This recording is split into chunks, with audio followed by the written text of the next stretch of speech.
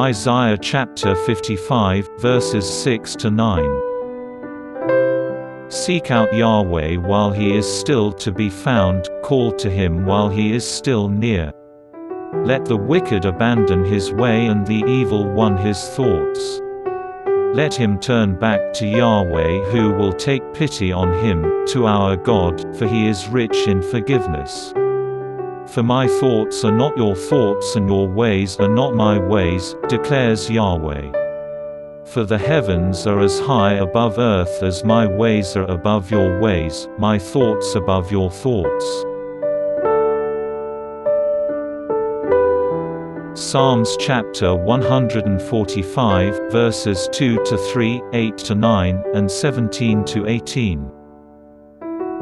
Day after day I shall bless you, I shall praise your name forever and ever.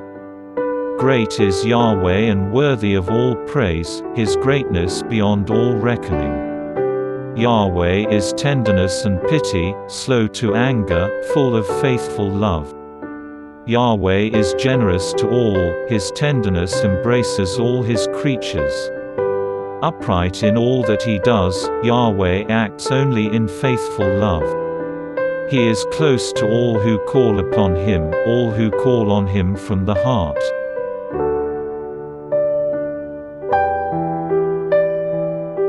Philippians chapter 1, verses 20 to 24, and 27.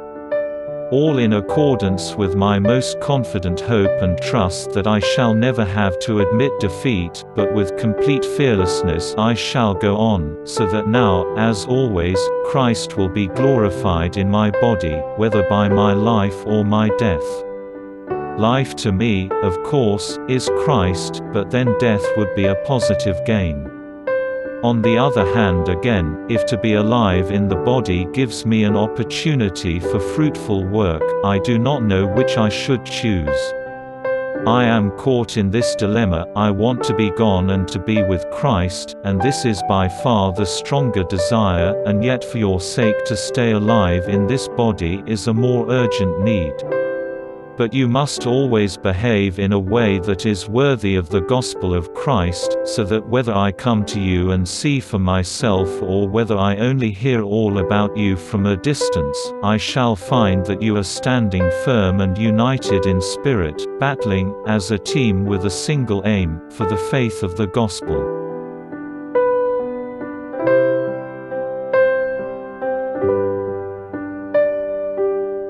The Gospel of Matthew chapter 20, verses 1 to 16. Now the kingdom of heaven is like a landowner going out at daybreak to hire workers for his vineyard. He made an agreement with the workers for 1 denarius a day and sent them to his vineyard. Going out at about the 3rd hour he saw others standing idle in the marketplace and said to them, You go to my vineyard too and I will give you a fair wage. So they went. At about the 6th hour and again at about the 9th hour, he went out and did the same. Then at about the 11th hour he went out and found more men standing around, and he said to them, Why have you been standing here idle all day? Because no one has hired us, they answered. He said to them, You go into my vineyard too. In the evening, the owner of the vineyard said to his bailiff, Call the workers and pay them their wages, starting with the last arrivals and ending with the first. So those who were hired at about the 11th hour came forward and received 1 denarius each. When the first came, they expected to get more, but they too received 1 denarius each. They took it, but grumbled at the landowner saying, The men who came last have done only 1 hour, and you have treated them the same as us, though we have done a heavy day's work in all the heat.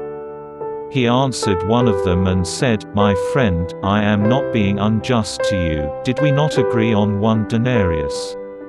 Take your earnings and go. I choose to pay the lastcomer as much as I pay you. Have I no right to do what I like with my own?